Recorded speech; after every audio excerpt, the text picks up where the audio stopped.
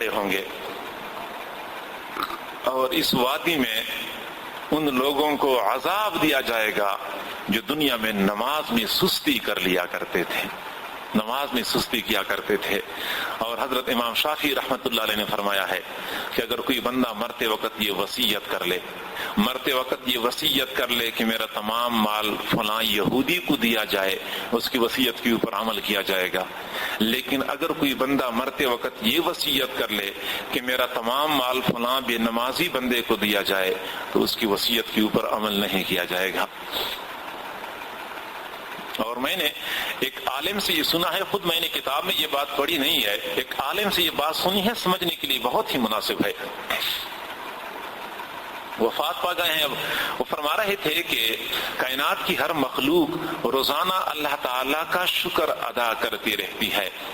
مثلا انسان شکر ادا کرتے ہیں کہ اللہ تیرا شکر ہے تو نے ہمیں انسان بنایا ہے، جانور نہیں بنایا۔ جانوروں میں سے گھوڑا شکر ادا کرتا ہے، اللہ تیرا شکر ہے تو نے مجھے گھوڑا بنایا ہے، گدھا نہیں بنایا۔ اور گدھا روزانہ شکر ادا کرتا ہے، اللہ تیرا شکر ہے تو نے مجھے گدھا بنایا ہے، مجھے کتا نہیں بنایا۔ اور کتا روزانہ شکر ادا کرتا ہے، اللہ تیرا شکر ہے تو نے مجھے کتا بنایا ہے، مجھے خنزیر نہیں بنایا۔ اور خنزیر روزانہ اس بات پہ شکر ادا کرتا ہے، اللہ تیرا شکر ہے تو نے مجھے خنزیر بنایا ہے، بے نمازی انسان نہیں بنایا۔ گویا کہ کائنات کی مخلوق اس بے نمازی انسان کو کس آنکھ سے دیکھتی ہے، کس نظر سے دیکھتی ہے، اور وہ اس کو کیا سمجھتی ہے۔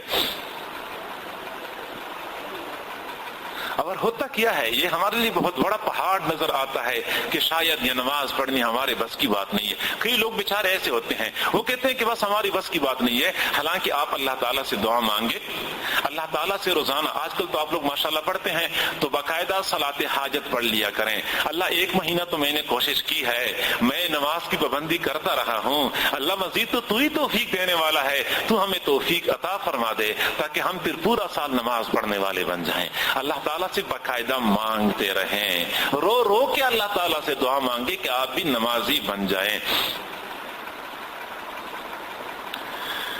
اور حدیث شریف میں آتا ہے کہ ایک مرتبہ حضور علیہ الصلوۃ والسلام کے پاس ایک صحابی حاضر ہوئے، عرض کہ اللہ کے نبی، میرا ایک اونٹ ہے جو بہت اچھا ہے، یہ میرے سے راضی ہے، میں اس سے راضی ہوں، یہ میرے چارے پانی کا معقول انتظام کرتا ہے۔ یہ آدمی نے کہا اونٹ کے بارے میں کہ یہ میرے کام کا معقول انتظام کرتا ہے اور میرا کام صحیح طریقے سے کرتا ہے، اور میں اس کے چارے پانی کا معقول انتظام کرتا ہوں، اونٹ میرے سے راضی ہے، میں اس اونٹ سے راضی ہوں۔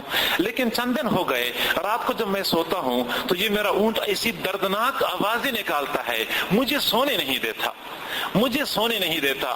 اللہ کے نبی نے فرمایا کہ اونٹ کو لے آؤ۔ صحابی نے اونٹ کو حاضر کر دیا اور اونٹ دوزانہ ہو کے دربار نبوت میں بیٹھ گیا۔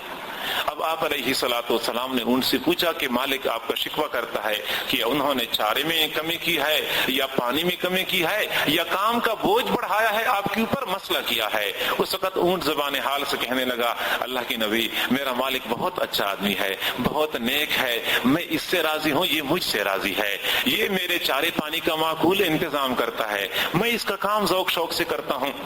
لیکن چند دن ہو گئے،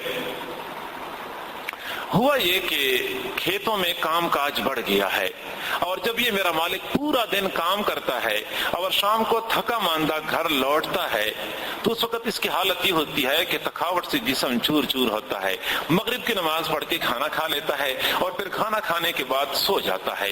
نیت یہ ہوتی ہے کہ عشاء کی نماز کے لیے پھر دوبارہ اٹھوں گا تو نماز پڑھوں گا، اور جب عشاء کا ٹائم ہوتا ہے اور یہ سو رہا ہوتا ہے، اللہ کے نبی، اس وقت میں یہ سوچتا ہوں کہ اگر قیامت کے دن پروردگار نے میرے سے پوچھا کہ آپ کے سامنے ایک بندہ عشاء کی نماز پڑھے بغیر سویا تھا، آپ نے جگایا کیوں نہیں، پھر میں اللہ تعالیٰ کے خوف سے دردناک آوازیں نکالنی شروع کر دیتا ہوں۔ اور اللہ کی نبی، جب میرا یہ مالک یہ نماز اٹھ جاتا ہے، نماز پڑھ لیتا ہے، پھر تو میں کبھی آواز نہیں نکالتا، پھر تو میں ان کو بے آرام نہیں کرتا، بلکہ میں ان کو آرام سے سونے دیتا ہوں۔ گویا کہ گھر کے جانوروں کو اس چیز کا پتہ ہوتا ہے کہ میرے مالک نے نماز نہیں پڑھی، اور وہ مالک کو پھر کس نگاہ سے دیکھتے ہوتے ہیں۔ تو ہمیں چاہیے کہ ہم نماز کی پابندی کریں. آپ علیہ الصلوۃ والسلام نے کتنی شدید وعید کے ساتھ یہ بات ارشاد فرمائی ہے, من ترک الصلاۃ متعمدا فقد کفر, جو بندہ جان بوجھ کے نماز چھوڑ دے گویا کہ اس نے کفر کیا, یعنی اس کا یہ عمل ان قریب اس کو کفر تک پہنچا دے گا. ان قریب یہ بندہ اسلام کو خیربات کہہ بیٹھے گا کہ نماز جیسا مقدس فریضہ یہ چھوڑ دیتا ہے جس کی خاطر پروردگار ذوالجلال نے سینکڑوں مرتبہ حکم دیا ہے. تو نماز پڑھنی چاہیے اور وقت پہ پڑھنی چاہیے اور با جماعت پڑھنی چاہیے. اب آپ سب حضرات وعدہ کرتے ہیں نا کہ ہم نماز پڑھیں گے انشاءاللہ جی. مضمون بڑا طویل ہے.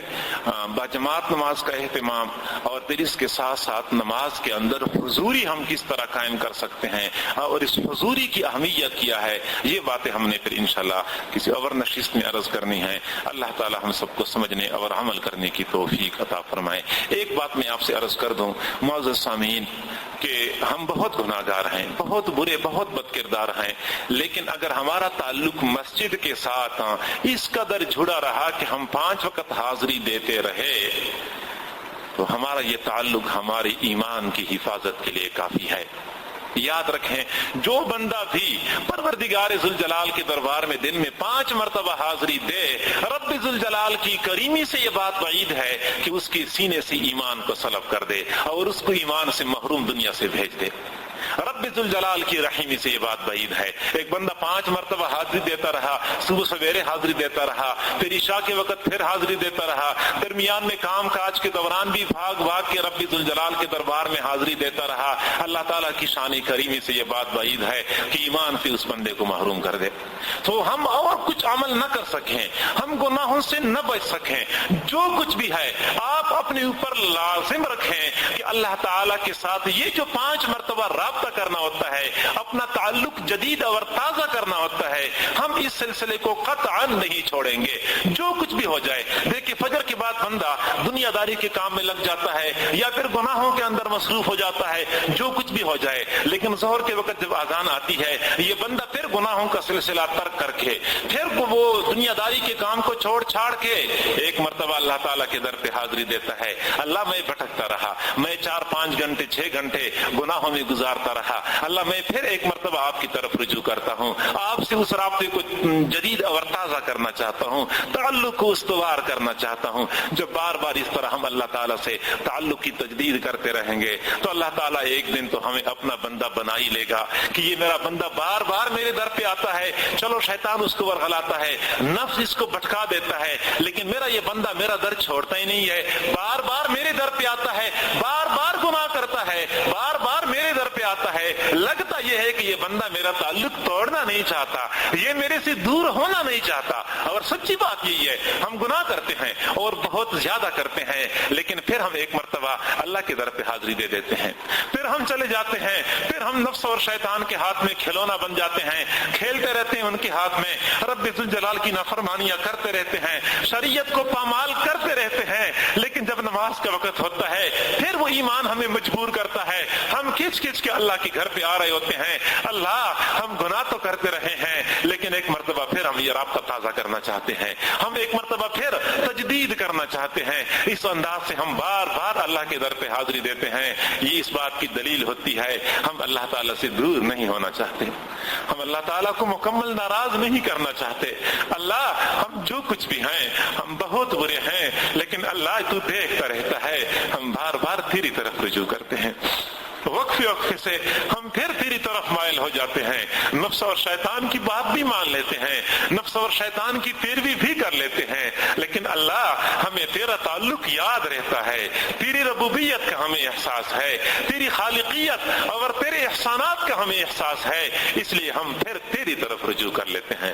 اس انداز سے جب بندہ اللہ تعالیٰ کی طرف رجوع کرتا ہے تو کسی دن تو اللہ تعالیٰ کی رحمت متوجہ ہو جائے گی کہ چلو میرا بندہ بہت برا ہے لیکن یہ بار بار میرے پاس آتا ہے, چلو ایک مرتبہ رحمت کی نگاہ ڈال ہی لیتا ہوں اس کے اوپر, اس کو اپنا بنا دیتا ہوں. اور جب اس طریقے سے اللہ تعالیٰ کی ایک نگاہ ہماری اوپر پڑ جاتی ہے پھر ہمارا کام بن جاتا ہے. تو ہم گناہ نہیں چھوڑ سکتے، ہم دنیا داری کا سلسلہ نہیں چھوڑ سکتے، کم از کم ہم رب ذوالجلال کا در بھی نہ چھوڑیں۔ ہم ہر وقت یہاں نہیں بیٹھ سکتے، 5 مرتبہ تو ہم حاضری دے سکتے ہیں، ہم کم از کم 5 مرتبہ تو حاضری دیا کریں۔ اللہ تعالی ہم سب کو اپنا قرب نصیب فرما دے۔ وآخر دعوانا ان الحمد للہ رب